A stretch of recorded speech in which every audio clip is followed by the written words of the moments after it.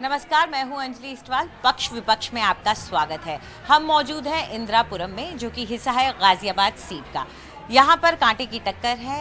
हमारे केंद्रीय मंत्री वीके सिंह यहाँ से हैं और इस बार उनको बीएसपी एसपी गठबंधन की तरफ से खड़े हुए सुरेश बंसल टक्कर देने वाले हैं। लेकिन क्या यहाँ के लोग जहाँ आज पहली बार पहले चरण में वोट हुए हैं, वो किन मुद्दों पर वोट डाल के आए हैं, ये हम जानने की कोशिश कर रहे हैं। तो चलिए उन्हीं से बात करते हैं। हमारे साथ यहाँ पर कुछ लोग मौजूद हैं और ये ज़्यादातर वो लोग हैं जो काम करते हैं, सर्विस क्लास से हैं। इनसे चर्चा करने की कोशिश करते हैं, क्योंकि इंदिरापुरम भी ऐसा इलाका है जहाँ ऊंची ऊंची बिल्डिंग्स हैं, बहुत से मकान हैं, फ्लैट्स हैं, फ्लैट बायर्स हैं। इन सब के मुद्दे क्या हैं, ये जानने की कोशिश करते हैं। सर, आपसे सबसे पहले अगर हम शुरुआत करना चाहें तो जब आज वोट डाला होगा आपने, तो कौन से मुद्दे आपके लिए सबसे ज़्यादा अहम थे? मेरे लिए कई मुद्दे थे। सबसे पहले तो मैं आपको ये बता दूं कि मैं ट्रांसपोर्ट व्यवसाय से हूं, तो इस क्षेत्र में इस सरकार ने बहुत ही अच्छा काम किया है। कोई 27 किलोमीटर की सड़कें प्रतिदिन के हिसाब से उन लोगों ने बनाई है। पहला मुद्दा ये था, तो हमारे जो आवाजाही है वो बहुत आसान हो गई। दूसरा मुद्दा जो था, आप काम कहाँ करते हैं? आपका मेरा बिजनेस है ट्रांसपोर्ट का। हाँ। मेरा बिजनेस है ट्रांसपोर्ट का। इसी इलाके में? पूरे देश में है। अच्छा। पूरे देश में है। और दूसरी बात यह है कि इस सरकार ने आकर के जीएसटी को इम्प्लीमेंट किया। इसको इम्प्लीमेंट करने की वजह से हमारे जो ट्रांसपोर्टेशन का जो मूवमेंट था, जिसमें कि बीच में चेक पोस्ट होते थे, वो सारे हट गए। तो इसके लिए काफ़ी हम शुक्रगुजार हैं सरकार के, क्योंकि अब जो दो प्लेसेस के बीच में जाने का जो समय है वो काफ़ी घट गया है। दो मुद्दा ये थे। तीसरा मुद्दा ये था कि सरकार ने अपना जो मैनिफेस्टो, बीजेपी ने जो अपना मैनिफेस्टो प्रकाशित किया था, उसमें 370 को हटाने की बात करी है। ये मुद्दा काफ़ी समय से लंबित है, लेकिन जिस तरीके से इस सरकार को इस बार हम लोगों ने देखा है, हम लोगों को काफ़ी उम्मीद है कि अगर ये वापस सत्ता में आ जाती है तो जम्मू एंड कश्मीर का जो 370 का मामला लंबित है पिछले 40-50 सालों से, उसके ऊपर में ये जरूर ध्यान देगी। तो आपके जो मुद्दे थे वो ज़्यादातर देशव्यापी मुद्दे मुझे लगे, लेकिन आप में से कोई यहाँ पे हैं जो कि थोड़े माइक्रो में जो मुद्दे हैं उन पे? मेरा नाम शबाब अहमद है, मैं सर्विस करता हूँ। मैं अपना एमपी अपने क्षेत्र को देखते हुए चुनूंगा। जब मैं वोट डालने जा रहा था तो मैं ये कोशिश कर रहा था कि हमारे एमपीज़ क्या हैं, कौन कौन लोग खड़े हैं और वो क्या क्या हमारे जोग्राफिकल को समझते हैं या नहीं समझते हैं। हमारे जिस क्षेत्र में हम रहते हैं अभी भी बहुत सारे चीज़ें जो है नहीं हुई है। हमारे क्षेत्र में कोई हॉस्पिटल नहीं है, हमारे क्षेत्र में कोई कॉलेज नहीं है। पिछले 10-15 किलोमीटर के एरिया में एक नया क्षेत्र है। बड़ी बड़ी, जैसा आपने कहा, बड़ी बड़ी बिल्डिंगें हैं। हो सकता है देश के लिए एक एमपी को चुनना, प्रधानमंत्री बनाना, बट हमारी प्रथम प्राथमिकता ये है कि जो हमारा एमपी होगा क्या वो हमारा अप्रोचेबल है। लेकिन आपके इलाके में कनेक्टिविटी बेहतर ज़रूर हुई है। सब ये कहते हैं कि सड़कें खूब बन गई हैं, अब अलग अलग हाईवेज बहुत बन गए। ये पहले से भी था। हाँ, हाईवे के लिए मैं ज़रूर कहूँगा ये बन रहा है, बट बाकी जो कनेक्टिविटी है जो सोसाइटीज़ में, ये पहले से है। ये पिछले 5 साल पहले से है। जो हमारे आज एमपी हैं या जो कल होंगे, इसके आगे जाना है उनको। क्या हमारे क्षेत्र में क्या कोई कम्युनिटी सेंटर है जहाँ लोग जाके अपने फंक्शन कर सकें? नहीं है। क्या हमारे क्षेत्र में कोई क्रीड़ा स्थल है? नहीं है। क्या हमारे क्षेत्र में कोई कॉलेज है जहाँ बच्चे सरकारी स्कूलों में जा सकें? कोई सरकारी हॉस्पिटल है जहाँ जो लोग नहीं पहुँच सकते पहुँच सकें? नहीं है। तो हमारी अपेक्षाएँ हमेशा जीतने वाले एमपी से यही हैं कि वो आए और इस चीज़ को बेहतर करें। सड़कें और ये प्राइवेटाइजेशंस के थ्रू ऑलरेडी है यहाँ पर, हमें इससे आगे जाना है। चलिए, तो अगर कम्युनिटी सेंटर वैसे यहाँ होता तो हम भी शायद अपना कार्यक्रम वहीं से कर लेते, हमारे लिए सुविधा हो जाती, एक निजी कैफ़े में नहीं आना पड़ता हमें। लेकिन ये ज़रूर जानना चाहेंगे कि कई लोग जो दिल्ली तक काम करने के लिए जाते हैं इस इलाके से, बहुत से ऐसे लोग हैं, उनका कईयों का कहना है कि हमारे लिए सुविधा हो गई है, आना जाना आसान हो गया है। लेकिन वो अगेन, जैसे इन्होंने कहा, वो एक देशव्यापी मुद्दों में आ जाता है। आपको क्या लगा है, पिछले 5 साल में आपने बदलाव यहाँ पर देखा? हाँ, बदलाव तो, मैं डीके मौर्य, बदलाव तो मैंने बहुत देखा है। यहाँ पे मेट्रो भी काफ़ी आ गई है, रोड अच्छी जो बन रही है। लेकिन जो हमारे लोकल एमपी हैं वीके सिंह साहब, ये इजीली अप्रोचेबल नहीं है। तो और स्वास्थ्य है, शिक्षा है, रोजगार है, ये हमारे बेसिक मुद्दे हैं। आपने उनको कितनी बार देखा? कभी भी? मुश्किल से एक बार देखा हुआ 5 सालों में। कहाँ पे? जो कि हमारे एरिया में आए थे, और इसके बाद मैंने उनको नहीं देखा। आते हैं, हवाई जहाज से आते हैं या गाड़ी से आते हैं, अपने घर जाते हैं या कहीं जो उद्घाटन कर देते हैं। बेसिक हमारे जो लोकलाइट जो है मुद्दे हैं, जिसके ऊपर हम कोई एमपी चुनते हैं कि हमारा यहाँ का एरिया का रिप्रेजेंटेशन जो है संसद में वो करेगा, वो फिलहाल इनसे तो नज़र नहीं आता मुझे। तो मुलाकात आपकी ज्यादा नहीं हो पाई। मैम, आपसे जानना चाहेंगे, आपने कभी वीके सिंह को यहाँ पर देखा? हमने तो उनको बुलाया भी बट वो आए नहीं। किस चीज के लिए बुलाया था आपने? हमने उनको बुलाया था एक्चुअली हमारे इंसाखंड 2 में कुछ रोड्स की प्रॉब्लम है एंड सीवर लाइन एंड काफ़ी इसकी गंगा वाटर सप्लाई का कुछ काम होना था जो काफ़ी महीनों से सालों से नहीं हो पाया था। So we started a campaign कि भाई नो वर्क नो वोट, ये हमने कैंपेन शुरू किया था। और एक वक्त पे मैं ये भी देखती थी कि यहाँ लोग अपनी बालकनियों से बैनर लटका के रखते थे, सीवर नहीं है तो हम। तो जब हमने ट्वीट किया और हम उन तक अप्रोच कर रहे तो they have made a road, mode तो रोड उन्होंने बनाया, बट उसके बाद हमने उनको बोला कि सर आप आइए हमसे मिलिए, हम अपने लोकल प्रॉब्लम्स के लिए आपसे बात करना चाहते हैं। तो जनरल साहब तो आ नहीं पाए। चलिए, जनरल साहब से मुलाकात थोड़ी मुश्किल है ऐसा लग रहा है, लेकिन मुद्दे क्या आपके लिए भी, क्योंकि ये लोकसभा इलेक्शन है, कई लोग बोलते हैं कि आप अपने सीवर सड़क और इन चीज़ों को मत लाइए इसमें, जैसे कि हमारे प्रधानमंत्री का भी कहना है कि एक बड़ा इलेक्शन है, इसमें आप बड़े मुद्दों पर ध्यान दें। क्या आपको ऐसा लगता है या आप मानती हैं नहीं ऐसा ज़रूरी है? देखिए, हमारी राष्ट्र तभी डेवलप होगा जब हमारे एरियाज़, हमारी स्टेट डेवलप होंगे। हमने वोट आज ज़रूर किया है, लेकिन राम मंदिर पे नहीं, गौरक्षक पे नहीं, डेवलपमेंट पे आज हमने वोट किया है। आज अगर हमारे इंदिरापुरम के एरिया आप देखेंगे, यहाँ पे ड्रेनेज सिस्टम प्रॉपर नहीं है, यहाँ पे सड़कें भी प्रॉपर नहीं है। तो हम चाहते हैं कि जो भी सरकार आए और उनको जो भी फंड आप सेंट्रल से इशू होता है उसकी प्रॉपर ट्रांसपेरेंसी मेंटेन हो और वो किसी भी वेबसाइट पोर्टल में उसको डाला जाए ताकि पब्लिक को भी अवेयरनेस आए कि कितने फंड के यूसेज हमारे एरिया के लिए हो रहा है। तो इस मुद्दे पे आज हमने वोट किया हुआ है। चलिए, तो मुद्दे सबके अलग अलग हैं, जानने की कोशिश करते हैं। मैम, आपके लिए आज क्या रहा, क्योंकि हम यहाँ सुन रहे हैं कुछ लोगों के लिए देशव्यापी हैं, कुछ के लिए अपने इलाके के मुद्दे हैं, आपने क्या सोचा? मैंने डेफिनेटली डेवलपमेंट सोचा है, डेवलपमेंट होना चाहिए इंदिरापुरम का, हमारे गाजियाबाद। हाँ, विकास सिर्फ इंदिरापुरम गाजियाबाद का या पूरे देश का, मतलब क्या? बिल्कुल पूरे देश का होना चाहिए। और जैसे शैली ने बोला कि बिल्कुल रोड्स जो हैं वो सही से बननी चाहिए, अभी तो टेम्परेरी बनी है, अब कब तक चलेंगे वो पता नहीं। गंगा वाटर पाइपलाइन की भी यहाँ प्रॉब्लम है, तो उस पर भी ध्यान देना चाहिए। इसी डेवलपमेंट के लिए ही हमने वोटिंग दी है। लेट्स सी कि कितना करते हैं ये लोग। तो बिल्कुल बिजली, माफ कीजिएगा, सड़क और पानी, यही मुद्दे बार बार आ रहे हैं। और हम अक्सर सोचते हैं कि बड़े मकानों में, फ्लैट में रहने वाले, ऐसे कैफेज में आने वाले शायद इनके लिए मुद्दे नहीं होते और ये छोटे कस्बों में रह जाते हैं। लेकिन मैं आपको बता दूं, इंदिरापुरम में बहुत सारे मकान हैं, ऊंची ऊंची बिल्डिंग है, लेकिन यहाँ पर भी यही मुद्दा है जो बार बार हमें सुनने को मिल रहा है। लोग उसी से त्रस्त हैं, वही जो हम गाँव और कस्बों में भी देखते हैं। सर, कई लोग बोलेंगे कि इतने बड़े फ्लैट आप लोगों ने खरीद लिए हैं, तो फिर अब आप लोगों के पास सड़क भी ठीक ठाक है, कई इलाके हैं जहाँ पे तो बिजली भी नहीं आती है, आपको 24 घंटे बिजली मिल रही है, तो फिर अब आप लोग दूसरे इलाकों के बारे में सोचें, आपको तो सब कुछ मिला हुआ है। मैं संजय झा क्रॉसिंग रिपब्लिक में रहता हूँ, जहाँ की मल्टी स्टोरीड है और फेडरेशन का सेक्रेटरी होने के साथ मैं अपनी सोसाइटी का भी सेक्रेटरी हूँ।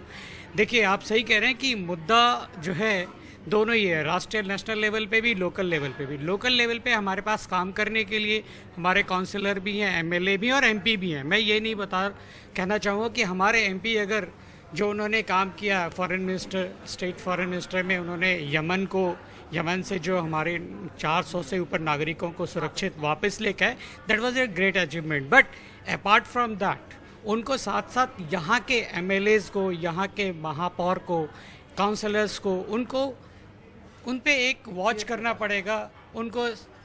लेकिन उनकी मसरूफियत एक केंद्रीय मंत्री होते हुए आपको लगता है कि आड़े आ जाती है? थोड़ी बहुत मसरूफियत भी कह सकते हैं, थोड़ी बहुत उनकी शायद व्यस्तता भी हो सकती है, बट जब लोग वोट देते हैं तो वो ये नहीं देखते कि वो क्या करेंगे, वो चाहते हैं कि हमारा भी काम करें और राष्ट्र का भी काम करें। और देखिए, मुद्दा यही है कि आप कह रहे हैं ना कि हम ऊंची बिल्डिंगों में रहते हैं, हमें कहीं और से कंपेयर कर, नहीं, हम टैक्स भी तो देते हैं, so we deserve for that tax. चलिए, बिल्कुल, तो हम इस चर्चा को जारी रखेंगे, लेकिन फिलहाल हमें सुनने को तो यही मिल रहा है कि वही मुद्दे जो हम गांव और कस्बों में लेकर के उठाते हैं, बिजली का, पानी का, सड़क का, वही मुद्दे यहाँ शहरों में भी देखने को मिल रहे हैं। फिलहाल वक्त एक छोटे से ब्रेक का।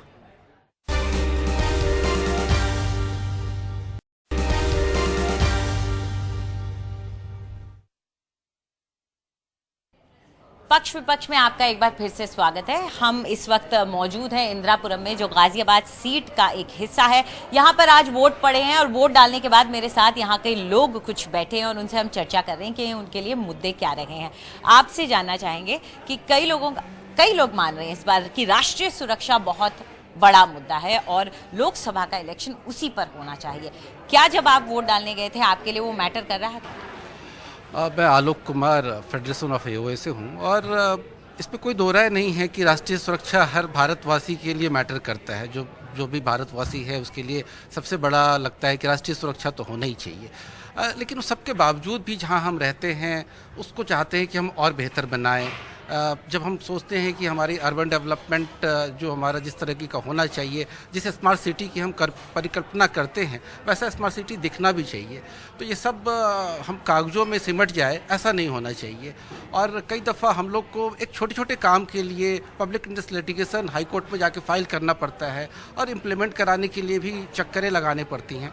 तो ये सब मुझे लगता है कि जो हमारा मेंबर ऑफ पार्लियामेंट हो वो वाकई हम नेशनल लेवल की बात करें लेकिन लोकल मुद्दों पे भी उसका ध्यान देना चाहिए। उनको एक प्रॉपर रिड्रेसल फोरम जो बनाना चाहिए कि भाई जो कंप्लेन उनके पास आए वो पता चला दोबारा जब हम लोग कई दफ़ा मिले तो पता ही नहीं कि वो कंप्लेन किस खाते में चला गया, किस बक्से में पैक हो। आलोक जी, मैं आपसे ये पूछना चाहूंगी क्योंकि गाजियाबाद इंदिरापुरम का ये इलाका दिल्ली से एकदम सटा हुआ है, तो कहीं ना कहीं क्योंकि आप लोग वहाँ जाते हैं, काम करते हैं, आपकी उम्मीदें भी वही होती हैं जो स्तर आप दिल्ली में देखते हैं उसी से जुड़ा हुआ होता है। कहीं ऐसा होता है? एकदम क्योंकि 90% मुझे लगता है लोग दिल्ली से कनेक्ट हैं और उनकी रोज़मर्रा की ज़िंदगी में दिल्ली समाया हुआ है। तो उनको लगता है कि भैया दिल्ली के जैसा हमारा व्यवस्था जो है, हमारी सड़कें, हमारी लाइट, हमारा लॉ एंड ऑर्डर वो उस तरीके का होना चाहिए। अक्सर हम जब लोग बात करते हैं तो हम लोग कंपेयर यही कहते हैं, अरे दिल्ली पुलिस ऐसी है और हमारे साथ ऐसा हो रहा है।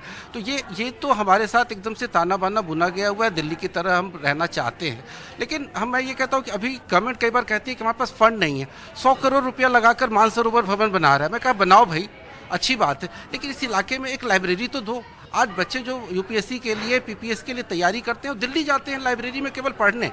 वो सुबह से शाम तक वहाँ लाइब्रेरी में पढ़ते हैं, रात को लौटते हैं। मेरी कई ऐसी फैमिली है जिनके बच्चे लाइब्रेरी में वहाँ जाते हैं। जो हमारे यहाँ जो लोग हैं जो 40-50 हज़ार रुपया कमाने वाले हैं आज भी अपने बच्चे को दिल्ली जाकर गवर्नमेंट स्कूल में एडमिशन करा रहे हैं क्योंकि यहाँ स्कूल, प्राइवेट स्कूलिंग इतनी महंगी है कि अफोर्ड नहीं कर पा रहे हैं। तो मुझे लगता है कि ये केवल कह देना कि भाई हमें फंड की दिक्कत है या हम अभी इसके लिए नहीं इसके लिए कर रहे हैं, जो प्रायोरिटी चीज़ है उस पर हमारे एमपी को ध्यान देना चाहिए। तो बिल्कुल शिक्षा और स्वास्थ्य जो शुरुआत में भी कहा गया था, शिक्षा और स्वास्थ्य अहम हो जाता है और जब आप वोट डालते हैं क्योंकि एक विधायक के हाथ में नहीं होता है एक कॉलेज बनवा देना, अक्सर सब सांसद की तरफ ही देखते हैं क्योंकि वो इलाका बड़ा इलाका उनके तहत आता है, उनके फंड्स भी ज़्यादा होते हैं। यहाँ जैसे हम बोल ही रहे थे कि आपने सीमा पार की नहीं कि पूरा जिसे कहते हैं पूरा नज़रिया ही बदल जाता है, सड़क ही अलग हो जाती है, पुलिसिंग अलग हो जाती है, यहाँ तक कि लोगों के गाड़ी चलाने का तरीका भी बदल जाता है। दिल्ली और अगर हम यूपी का फ़र्क बताएं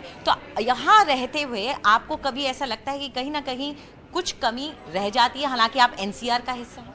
करेक्ट। सो जो मैं जब आज वोट करने जा रहा था तो मैं दो लार्जर पर्सपेक्टिव थॉट के साथ गया था वोट करने।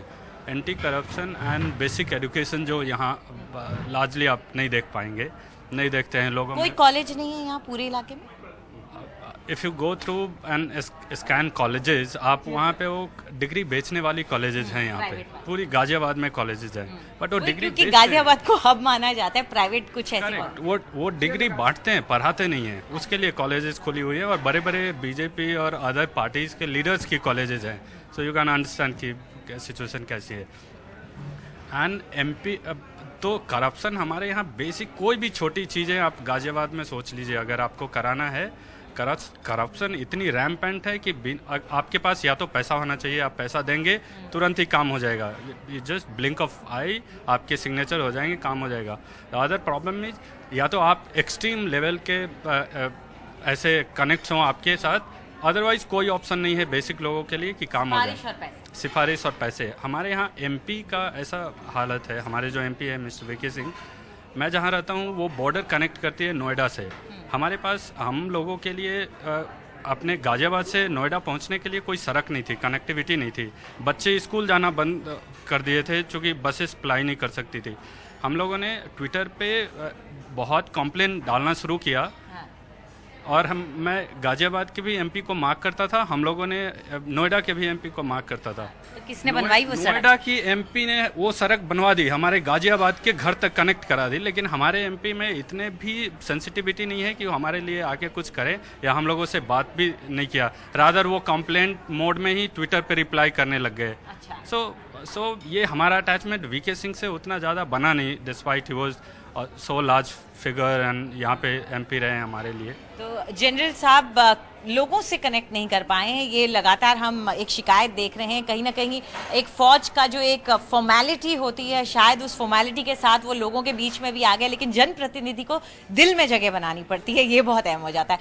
आप फर्स्ट टाइम वोटर हैं, आपसे जानना चाहेंगे, आप अपना नाम भी बताइएगा। और मैं सुन रही हूँ कि आपने तो किसी को भी नहीं चुना है, हालांकि ये बताना नहीं चाहिए, लेकिन ये जानना चाहती हूँ कि वोट किया तो क्या सोच के किया और क्या सोच रहे थे उस वक्त, क्योंकि पहली बार जा रहे हैं आप वोट देने और लोग बहुत एक्साइटेड होते हैं। So my name is Arnav. पहली बार वोट देना was definitely a good experience, but the point is कि शायद जो हम लोगों को ऑप्शंस दिए गए हैं, अब वो अंधों में काना राजा चुनने से बेटर था कि शायद किसी को ना दिया जाए और एक रिप्रेजेंटेशन मिले नोटा को भी, क्योंकि नोटा का जो लॉ है वो एज ऑफ नाउ कुछ एक्सप्रेशन नहीं है नोटा के लिए। नोटा के लिए तो आइडियल एक्सप्रेशन शुड भी कि अगर आपको नोटा का एक परसेंटेज ऑफ बियॉन्ड गया हुआ है तो आपको री इलेक्शन कराना चाहिए एंड उन सारे जितने भी कैंडिडेट्स उनको हटाकर। अच्छा, तो ये तो आपके रेडिकल और क्रांतिकारी थॉट? रेडिकल और क्रांतिकारी नहीं, बट हाँ जो काफ़ी सारे आप नेशंस देखेंगे और शायद वो इसी को फॉलो कर रहे हैं। मे बी उनका स्ट्रक्चर और डेवलपमेंट हमसे ज़्यादा इसी वजह से भी है कि रिप्रेजेंटेशन बेटर है।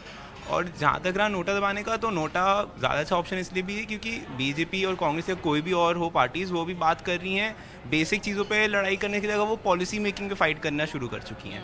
आपको बेसिक पहले ठीक कर दो, वो तो सबसे इम्पोर्टेंट है, मतलब वो तो होना ही चाहिए। आपको इस इलाके में रहते हुए सबसे ज़्यादा जो खलता है वो क्या है, क्या चीज़ खलती है? एडमिनिस्ट्रेटिव प्रॉब्लम बहुत ज़्यादा है लोगों को, मतलब डेफिनेटली इन्फ्लुएंस एंड वो वाली जो बात रह गई तो वो तो एट मोस्ट पार पे है। एंड सेकेंडरी लोगों का यहाँ पे इंटरेक्ट टूवर्ड्स लाइक लोगों के अंदर रेडिकलिज्म ज़्यादा है कि चलो ठीक है लड़ लेंगे, देख लेंगे। वो दिल्ली वाला फिगर हैज़ बिन तो लॉ एंड ऑर्डर कहीं तो जितने काफ़ी दूरी लखनऊ से भी आ गई है, और हालांकि आप इस इलाके को देखें तो ये बहुत एक अर्बन इलाका है, बड़ा शहर है, अपने आप में एक शहर है ये, लेकिन यहाँ पर वो बुनियादी जो लॉ एंड ऑर्डर की प्रॉब्लम होती है वो बड़ी ज़्यादा है। सर आपसे आखिर में जानना चाहेंगे, आपके लिए कौन से मुद्दे हावी रहे जब आप वोट डाल के आए हैं?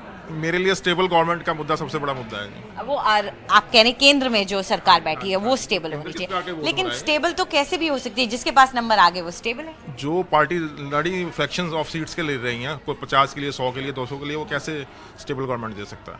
तो एक फुल नेशनल पार्टी ही आपके लिए काम है। One party is better than मिलीजुली सरकार। जी चलिए, तो एक देशव्यापी पार्टी इनके लिए अहम हो जाती है और ये केंद्र में एक स्टेबल, एक स्थिर सरकार चाहते हैं और उस पर इन्होंने वोट किया है।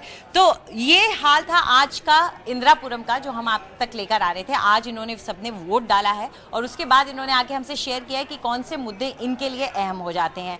और कहीं ना कहीं मुझे तो ये सेंस आई है कि लोगों के लिए उनके अपने इलाके के मुद्दे सबसे ज़्यादा अहम हो जाते हैं और अपने सांसद से वो एक जुड़ाव चाहते हैं कि वो उनके ख्याल करें, उनके बारे में सोचे, और उसी मुद्दे पर ज़्यादातर लोग वोट भी करते हैं। फिलहाल पक्ष विपक्ष में इतना ही। नमस्कार।